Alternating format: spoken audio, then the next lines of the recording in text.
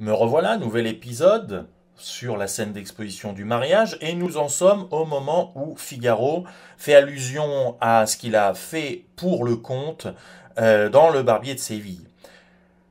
J'avais assez fait pour l'espérer, Suzanne, que les gens d'esprit sont bêtes, on le dit, mais c'est ce qu'on ne veut pas croire, on a tort. Réplique, réplique avec un S, hein, comique, Suzanne continue d'ouvrir les yeux de Figaro et finalement montre à son futur époux que bien qu'étant intelligent, il fait preuve d'une forme de naïveté, de croire un peu trop aux mensonges, aux bobards, si je puis dire, aux sornettes du conte.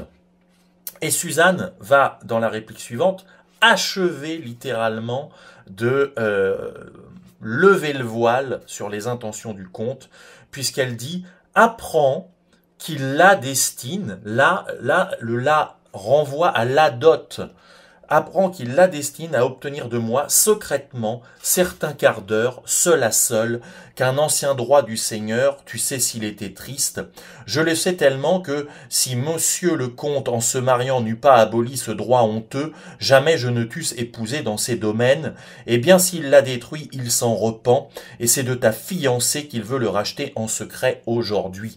Racheter en secret aujourd'hui. Alors, le mot qui n'est pas dit, c'est le fameux droit de cuissage.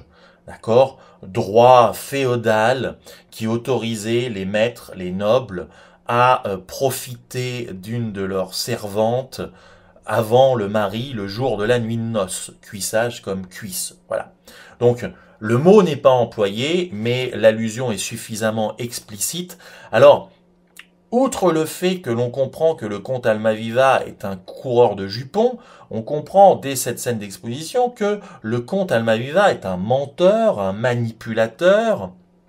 Il a fait croire qu'il était moderne, dans l'esprit des Lumières, si je puis dire, qu'il avait aboli le droit de cuissage, mais en fait, c'est qu'une façade, c'est qu'une apparence. Il veut en profiter en secret sans que ça ne se sache.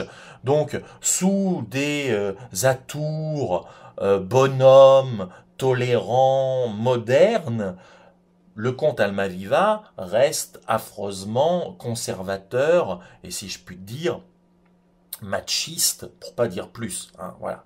Bon. Et ça, Figaro, une fois de plus, il l'avait pas vu venir. Il est tombé dans le panneau. Et c'est Suzanne qui détient la vérité des choses. C'est Suzanne qui sait. Et c'est Suzanne qui ouvre les yeux. Donc, ce qui est très intéressant, c'est que la pièce s'appelle Le mariage de Figaro, mais on a quelque chose qui est assez moderne ici, en termes de relations de couple, à savoir que c'est Suzanne qui mène le jeu, et c'est Figaro qui suit. Voilà. Et c'est Suzanne qui est un petit peu la tête, et Figaro un petit peu les jambes, si je puis m'exprimer ainsi. Donc, Suzanne, eh bien, s'il l'a détruit, il s'en repent, et c'est de ta fiancée qu'il veut le racheter en secret aujourd'hui. Figaro se frottant la tête, ma tête s'amollit de surprise et mon front fertilisé, ne le frotte donc pas, quel danger, s'il y venait un petit bouton, des gens superstitieux. Alors ici on a du comique de geste, Figaro se frotte le crâne, et c'est directement le petit bouton, c'est vraiment l'allusion à la corne, comique de geste également, le cornard qui est devenu le connard, pardon, cornard, le cocu. Hein. Donc pour l'instant, il n'est pas encore cocu Figaro, puisque le comte n'a pas mis à exécution sa menace. Figaro n'est pas encore cocufié, Suzanne ne lui cache rien, Suzanne lui dit la vérité, elle ne fait rien dans son dos, donc il est potentiellement, éventuellement, s'il ne fait rien pour que les choses n'aient pas lieu, il est virtuellement cocu. Mais il va bien évidemment tout faire. Donc il se gratte le front parce que le petit bouton pourrait se transformer en corne s'il ne fait rien pour que ça n'arrive pas. Voilà. Donc, on a du comique de geste. Alors, vous voyez, j'ai déjà insisté, y compris dans la vidéo précédente, on a du comique de mots, on a du comique de geste, on a un peu de comique de répétition quand Suzanne reprend le zeste, crack de Figaro.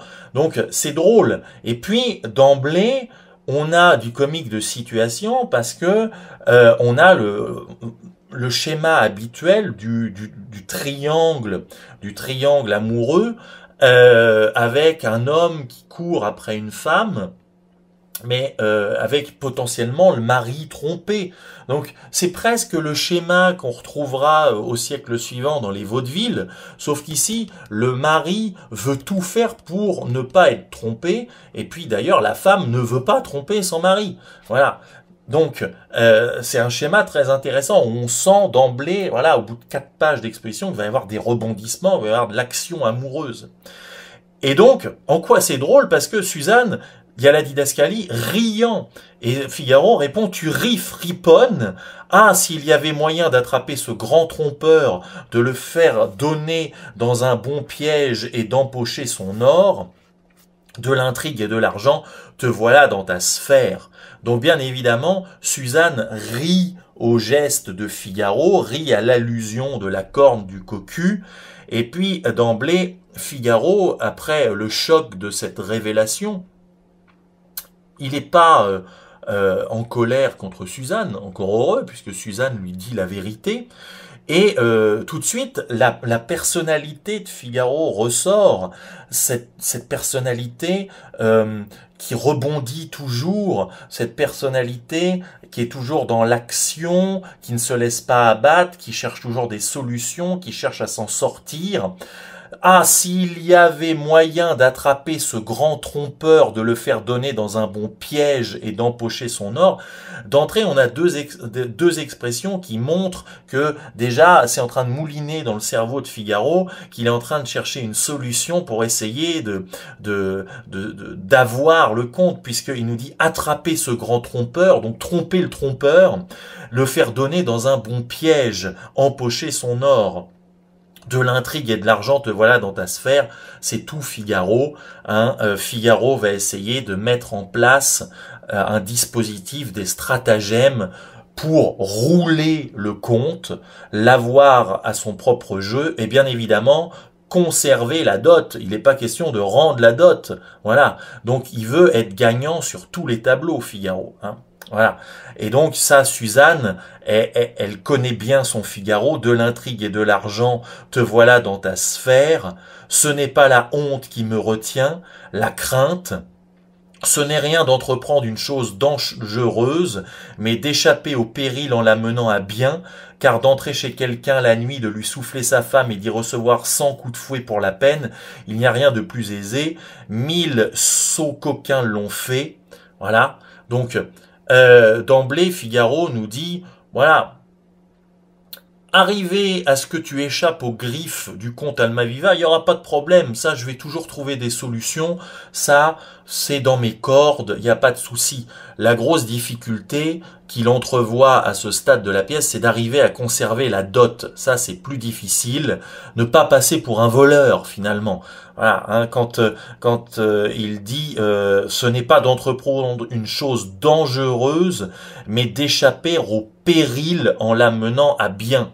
Voilà. Donc ce qu'il révèle, c'est il n'y aura pas de problème, je vais faire tous mes efforts possibles pour faire que le fameux droit de cuissage n'ait pas lieu. Ça, il n'y a pas de souci. La difficulté, ça va être d'arriver à s'en sortir sans qu'il y ait trop de casse. Et d'arriver à conserver la dot, et d'arriver à ne pas se faire sanctionner, ou à ne pas avoir des conséquences fâcheuses, et pour toi et pour moi. Voilà. Donc, nous en sommes arrivés à peu près à la fin de l'analyse de notre scène d'exposition. Alors la scène d'exposition n'est pas encore tout à fait terminée, mais vous pouvez l'achever vous-même. J'ai envoyé sur le serveur, sur l'ENT, sur Nero, un document, et désormais pour à la fois mes premières générales et mes premières technologiques, les premières vidéos, petit teasing pour vous donner envie de lire et voir la suite.